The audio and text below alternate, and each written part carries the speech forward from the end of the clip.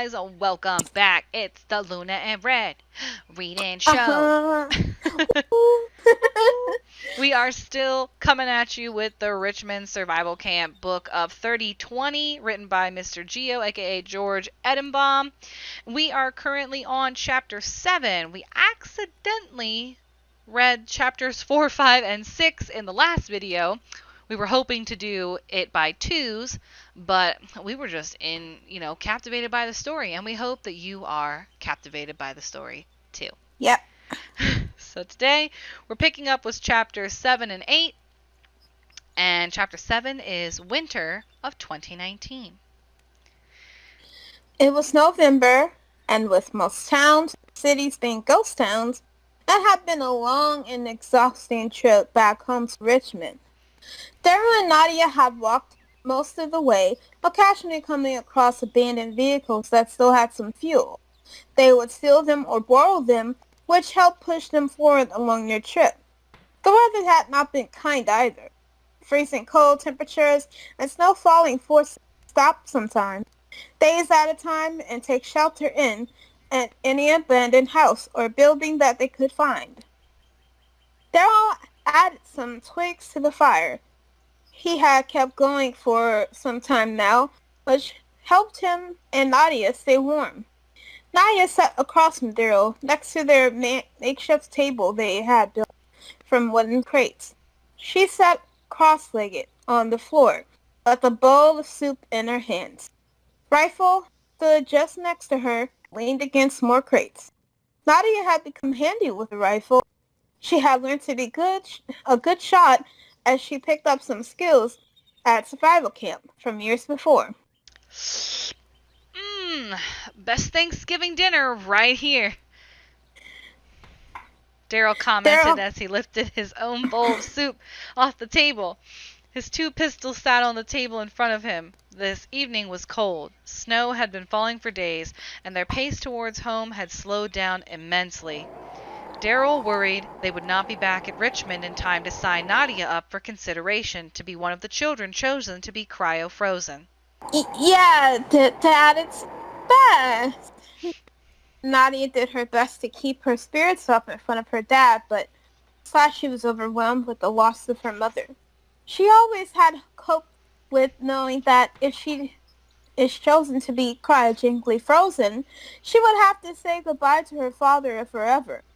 She thought of the unknown, being lonely without her parents if she woke up one day was something that no young child could bear.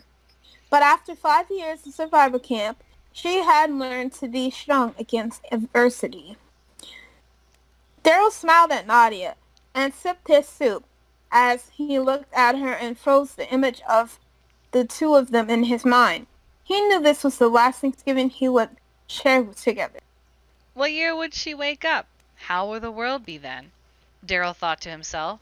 Most of all, he wondered if by then, if the GDI had been defeated, and she would have a fighting chance at growing old and happy in whatever her world would be like in the future. Better get some rest, Daryl told Nadia after they both had finished their soup. They both laid near the fire and quickly fell asleep. The next morning, the weather had decided to give them a break, and it stopped snowing. Daryl woke first and was delighted to see that for once the sun shone through the freezing cold air. It was a major relief and would help them get ahead on their trip. Daryl woke Nadia, who too was happy to see that finally the snow had stopped falling. We'll have to pick up the pace today if we want to make it to Richmond before Christmas time, Daryl said as he gathered their things and put out the fire which still burned. Nadia followed and put her things together and grabbed her rifle, putting it around her shoulder. Daryl and Nadia walked for hours. It was midday, and they had made quite a stride. Daryl couldn't help but notice that each town they saw, which were previously still occupied by the few folks who had stayed in their homes to face their fates there, were now complete ghost towns. Most houses were destroyed. The only things that moved and breathed were the few household pets that now roamed the towns on their own. As the hours passed, Daryl and Nadia were closer to home. Finally, after weeks of traveling and hiding from GDI, they could see Richmond in the distance. There were pockets of smoke visible, and there seemed to be signs of life. This was a relief for Daryl, as he had worried that they would be too late reaching home. Daryl grabbed Nadia's hand as they started to sprint. "Come on, sweetie, let's hurry and find shelter before we're spotted by the GDI." They noticed a huge warehouse that was still intact. They rushed to it, keeping a low profile so that they wouldn't be seen by any of the machines. Once they had reached the building, they noticed blue barrels of water lined up behind sandbags, which seemed to be barricades of some sort. What the heck? Daryl thought to himself. As they approached the odd barricades, a man stood from behind one and waved at them to hurry. "Hey, I'm Daryl, and this is my daughter Nadia." Daryl introduced them as they got behind the barricades. The man was armed with a gun and carried grenades attached to his belt on his waist. Daryl figured he was with the resistance.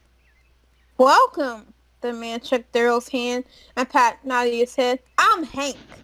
I'm out here keeping the look. Look, we take turns on it today. Today is my turn," the man replied. "We? Are you with the resistance?" Daryl asked, and the man nodded. Yeah, basically. If you're alive and out here, not behind the military's control, you are with the resistance." "Where are you both coming from?" the man inquired, intrigued by the new faces. "We went to the Groom Lake Air Force Base in Nevada." Daryl paused. It's gone now. Completely destroyed. We're the only ones who made it." Daryl looked down as he spoke. Must have been tough," the man replied. "There's nothing and no one left for miles and miles. Towns and cities are complete ghost towns." Daryl sighed. "A lot of folks has come down here. Seems everyone has resided in the fact that our only little ones will survive." Hank looked at Nadia as he explained further. "My son, who is about her age, has signed up." Hank then looked up at Daryl. "If you want her to be a part of it, you need to get her registered. Training and trials will begin soon." "So how many children will be chosen?" Daryl asked. Who knows? I can't really say, but there are several hundred who will have signed up for the evaluation." Hank sat down behind the barricade as he continued further. "The rest of us have all just come together, helping to keep the GDI behind and far as possible, so our children have the chance to and the project succeeds." "So what's with all these barriers?" Daryl was curious. "Well, we discovered the machines can't scan through water. This helps us stay hidden as long enough for us to shoot it after we shots," Hank explained. You mean their necks?" Daryl asked, receiving a nod in reply. The Guardians are easy to take out. A few shots, their armor is pierced through, and Centios, however, are harder. Their armor is made out of a special steel that we still can't figure out to cut through. But every place where the limbs bend is unprotected by the steel. Like their necks, their knees, elbows. Daryl listened carefully as he went on. "Now, the Titans, those scare me. We haven't destroyed one of them, and we haven't figured out any weak point. It's just like they're entirely made from special steel, which explains how heavy and slow they are," Hank explained. "We were afraid we'd come too late to get her registered," Daryl sighed. "Nah, you got here with plenty of time. There are complications." "Complications?" Daryl quickly questioned and worried. "Yeah, they delayed the project by a few months. Seems like they're having trouble with wake-up protocol. All of us are here worried for you. You know, our kids." He looked at Nadia, stood quietly standing. What's the issue? Does anybody know?" Daryl worried. "They try to keep it under wraps, but we know," Hank shrugged. "Seems test subjects are waking up too before the program begins proper procedures." "Why is that a problem?" Daryl asked. "Well, for one, imagine being the only one who wakes up with no way to wake up the others.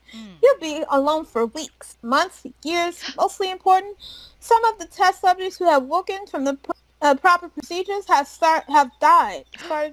have died. Mm, mm, mm, mm.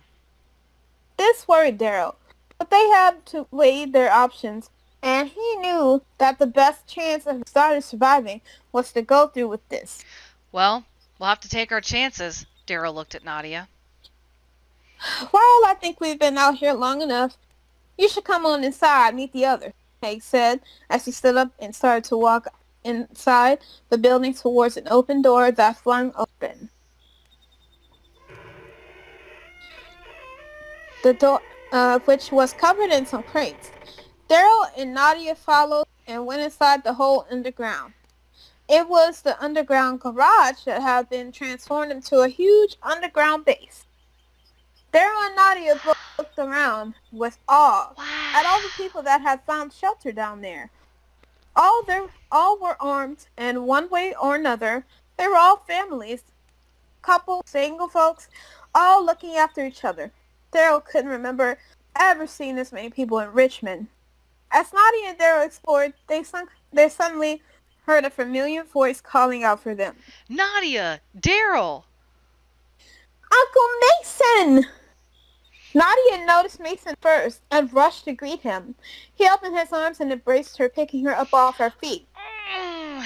Nadia! Mason laughed happily. Holy I cannot believe it! Mason! I'm glad to see you! Mason put Nadia back on her feet and quickly hugged Daryl. Mason then looked around and his demeanor quickly changed. Where's Sam? Both Nadia and Daryl looked down and fought to keep tears out of their eyes. She didn't make it, Daryl struggled with his words. She was there next to me, and then she was gone, Daryl said as Nadia sunk her face into Daryl's arms as she began to cry. No one but us made it. All the ships destroyed. None of them got away. None, Daryl mumbled. But you're both here now, and you're safe, and Nadia can sign up for evaluation. Mason showed Daryl and Nadia around and introduced them to a few people, members of the Resistance. He explained that they were the last line of defense to keep the GDI away from Richmond so that the Richmond mission could continue as planned. All the kids of the people there had signed up for evaluation. Time passed, and Daryl and Nadia had quickly settled in and become accustomed to their new way of life. The children would wake up early just as the sun peered over the horizon and were escorted by members of the Resistance to the Richmond Elementary, the site where the military was evaluating and training the children. Training included being put underwater for long periods of time to help learn to hold their breath. This would come in handy if they would wake up before proper wake-up procedures would take place. It would give them a bigger chance to survive.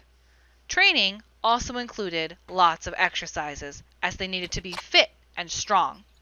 The training wasn't much different from that of a Navy SEAL. However, these were children, and it wasn't surprising that as time went on, the number of children still allowed to train got smaller and smaller. Nadia, of course, made it through every trial that she was put into. December came, and the military had allowed all the families to gather and have their last Christmas together. Everyone knew that it was the last Christmas they would ever see their children. The Resistance decided to hold a feast, and hundreds of families gathered and shared a special meal with happy hymns being sung and lots of smiles. Before the night came and everyone was still happy, dancing, and singing, their party was abruptly interrupted. The familiar sound of sentinels approaching sent everyone into disarray. The crowd scattered and took refuge behind the water barrels, but the sentinels came flying, so the water barrels did very little to conceal them. Threats found were the familiar words no one wanted to hear. Nadia, quick, get inside! Daryl held the door to the underground fort open as the children and others hurried inside. Mason and a few others took cover and fired on the sentinels. Aim for the weak spots! Mason yelled at the others as the shot one of the sentinels, hitting its neck just right. It came crashing down and exploded. The Resistance managed to destroy 4 of the 5 sentinels, and the last one escaped. However, the humans suffered many casualties that night, and Christmas had been ruined. Chapter 8. July 2018. Crazy bastards! Dr. Wu whined as his assistant took down some notes on her electronic device. Can you believe those idiots? I told them it's not ready. We're at least 2 years from having something that is stable. Dr. Wu went on. But they want it ready by next year? Dr. Wu looked at a glass pod. In it was a small rat, which seemed like it was in a paralyzed state. He pressed some buttons on the computer terminal, and the liquid in the pod was flushed away. Then the small rat became active. We're making some good progress, at least, Dr. Wu muttered. Dr. Wu had been working on cryogenics research for several years. His team had been the only team in the world who had successfully frozen an animal for 1 year and woke it up successfully. Of course, because of his team's great success, the government now wanted him to make and take his findings to create a plan to cryogenically freeze humans to preserve their lives in the event of world catastrophic events. The catch, however, was that he was only given 10 months to successfully freeze a human.